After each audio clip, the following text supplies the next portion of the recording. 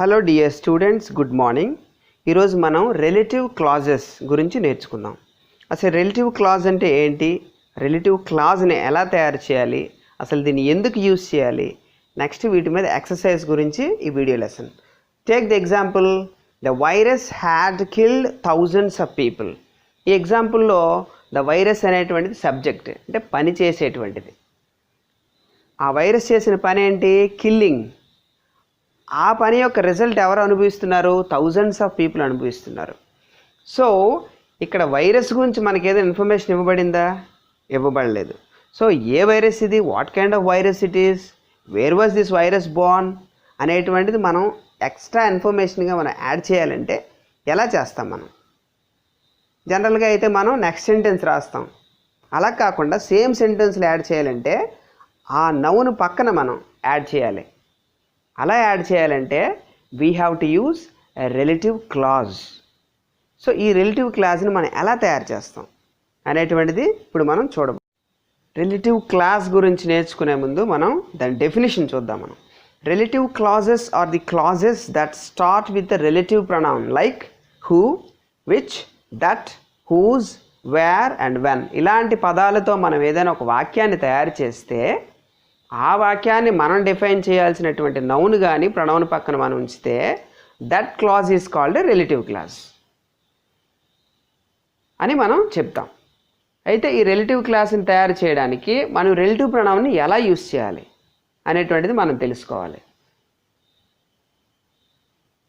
So relative pronoun is a type of pronoun that often introduces a relative clause. దీన్ని dependent clause అని కూడా అంటారు. So relative pronoun ఏం చేస్తుందంటే ఒక సబ్జెక్ట్లా వర్క్ చేస్తుంది. Like he, she, it, they, అవి ఎలా పనిచేస్తాయో ఆ ప్లేస్లో యూజ్ చేయాలి. సో ఏంటంటే రిలేటివ్ ప్రొనౌన్స్ అనేటువంటిది మనం చూద్దాం. ఇప్పుడు మనం రిలేటివ్ ప్రొనౌన్స్ ఏంటి, అవి ఎలా యూజ్ అవుతాయో చూద్దాం. హూ అనేటువంటిది పర్సన్స్ని రెఫర్ చేయడానికి వాడతాం. విచ్ అనేటువంటిది ఆబ్జెక్ట్స్కి వాడచ్చు, యానిమల్స్కి వాడచ్చు, బర్డ్స్కి వాడచ్చు. దట్ అనేటువంటిది it should be used like who and like which. మనుషులకి వాడచ్చు, ఆబ్జెక్ట్స్కి వాడచ్చు, యానిమల్స్కి వాడచ్చు. హూమ్ అనేటువంటిది it is used to people in the object place. Whose అనేటువంటిది it is used for possession, అంటే ఏదైనా కలిగి ఉండడం అని చెప్తుంది. వేర్ అనేటువంటిది ప్లేసెస్కి వాడాలి, వెన్ అనేది టైంకి వాడాలి, వై అనేది రీజన్కి వాడాలి, వాట్ అనేది వస్తువులకు వాడాలి. See the uses of relative clauses. Relative clauses are most often used to define or identify the noun or the pronoun that precedes them. మనం ఏ నౌన్ ఏ ప్రొనౌన్ పక్కన అయితే యూజ్ చేసామో దాన్ని డిఫైన్ చేయడానికి వాడచ్చు, లేదా దాన్ని మనం గుర్తించడానికి వాడచ్చు. Take this example, this boy is my best friend. ఈ పిల్లాడు నా తాలూకా మంచి స్నేహితుడు. Now we want to define about the boy. Now we add the relative clause. The yellow sentence is a relative clause. Who lives next to my house? So it defines the boy. Types of relative clauses చూద్దాం. The first వాక్యంలో white one చూడండి, the virus had killed thousands of people. రెండో వాక్యంలో the coronavirus had killed thousands of people. రెండు వాక్యాల్లో second వాక్యం చాలా క్లియర్గా ఉంది. అంటే ఫస్ట్ వాక్యంలో ఏ వైరస్ గురించి క్లియర్గా లేదు. So we have to add some information. అందుకే మనం యాడ్ చేసాం which was born in China in 2019. So which was born in China in 2019 అనేది డిఫైన్ చేస్తున్నటువంటి రిలేటివ్ క్లాస్, వైరస్ని డిఫైన్ చేస్తుంది. అప్పుడు మనం కరోనా వైరస్ అని తెలుస్తుంది. అంటే రెండో వాక్యంలో ఆల్రెడీ సబ్జెక్టే corona virus, but which was born in China in 2019 అంటే ఎక్స్ట్రా ఇన్ఫర్మేషన్. అందువల్ల దీన్ని నాన్ డిఫైనింగ్ రిలేటివ్ క్లాస్ అంటాం. had killed thousands of people. So defining relative class, non-defining relative class అనేటువంటివి two types of relative classes ఉన్నాయి. Defining relative class అనేటువంటిది it gives clarity about that, about the subject. But non defining relative క్లాస్లో మనం add చేసేటువంటి relative class extra information ఇస్తుంది. Now మనం defining క్లాస్ని, non defining క్లాస్ని ఎలా గుర్తించాలి వాక్యాల్లో అనేటువంటిది ఇప్పుడు నేర్చుకుందాం. See the example, the book Ignited Minds is very popular. ఆ మధ్యలో మనం యాడ్ చేసాం which was written by doctor Abdul Kalam. The book ignited minds is very popular అంటే తెలిసిపోతుంది మనకి ఏ బుక్ గురించి చెప్తున్నామో.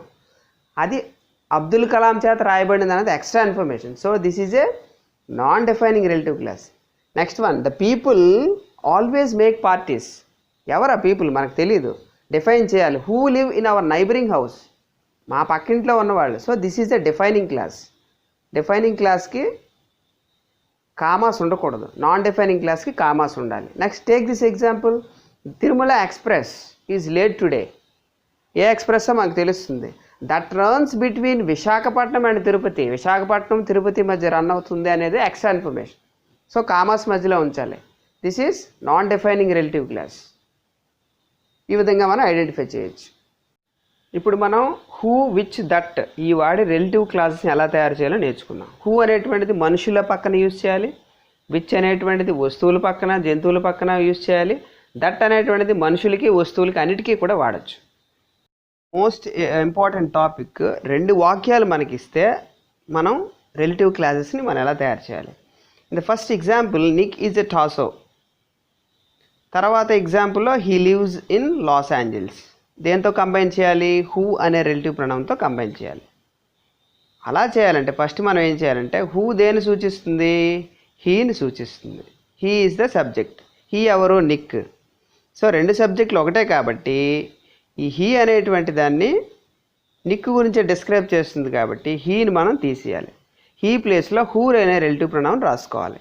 So who lives in Los angels అనేటువంటిది రిలేటివ్ క్లాస్ అవుతుంది. ఎవరిని డిఫైన్ చేస్తున్నాం, నిక్ని. సో నిక్ అనేటువంటి దాని పక్కన పెట్టాలి, అది సబ్జెక్ట్. అంటే Nick who lives in Los Angeles is a Tasso అనేటువంటిది మనకి వాక్యంగా తయారవుతుంది. So Nick who lives in Los Angeles is a Tasso. So who lives in Los Angeles అనేటువంటిది నాన్ డిఫైనింగ్ రిలేటివ్ క్లాస్గా మనం ఇక్కడ వాడుతున్నాం కాబట్టి 2 కామాస్ ఉంచాలి. సో ఈ విధంగా మనం రిలేటివ్ క్లాస్ని. Now take the second example, Nick has a small foot, it helps him balance and kick.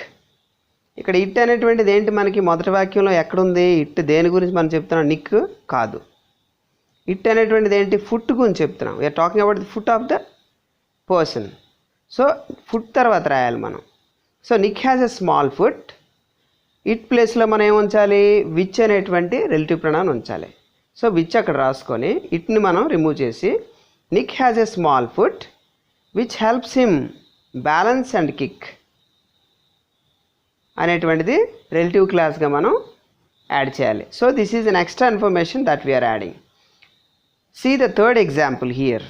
The man becomes prosperous. He believes in hard work. ఎవరి మ్యాన్ మనకు తెలియాలంటే రిలేటివ్ క్లాస్ యాడ్ చేయాలి. So he ఎవరిక్కడ, the man.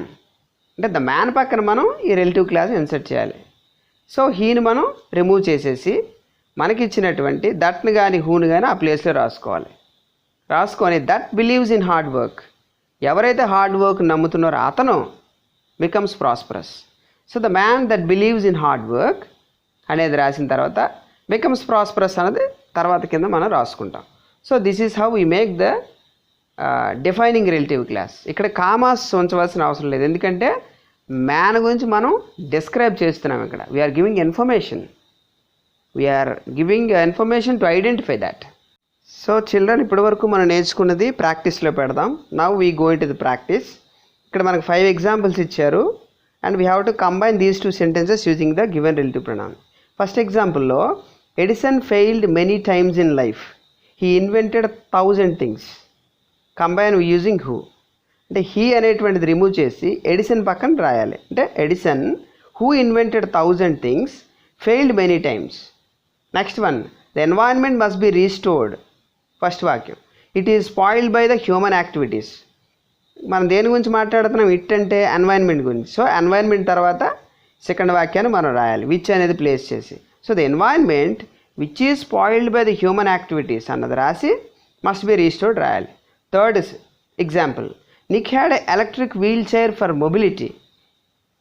He was teased and bullied.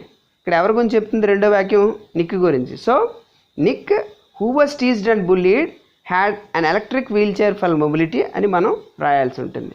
This is a non defining relative clause. Next 4th one, Sivasubramanyam Iyer invited me for dinner. He was my science teacher. ఎవరు ఇక్కడ he అంటే శివసుబ్రహ్మణ్యం అయ్యర్. అంటే శివసుబ్రహ్మణ్యం అయ్యర్ తర్వాత మనం ఈ క్లాస్ని ఉంచాలి. Sivasubramanyam Iyer who was my science teacher invited me for dinner అనేటువంటి non defining relative క్లాస్ని మనం అక్కడ యాడ్ చేయాల్సి ఉంటుంది. 5th ఎగ్జాంపుల్ చూడండి. Nick has a small foot, it helps him balance and kick. ఇక్కడ మనం దేని గురించి మాట్లాడుతున్నాం? ఇట్ అనేటువంటిది ఏంటి? ఫుట్. సో ఫుట్ తర్వాత మనం రాయాలన్నమాట. Which Nick has a small foot which helps him balance and kick. ఈ విధంగా మనం తయారు చేయవలసి ఉంటుంది. If you like the video lesson, please share and subscribe my channel KSR English Made Easy. Thank you.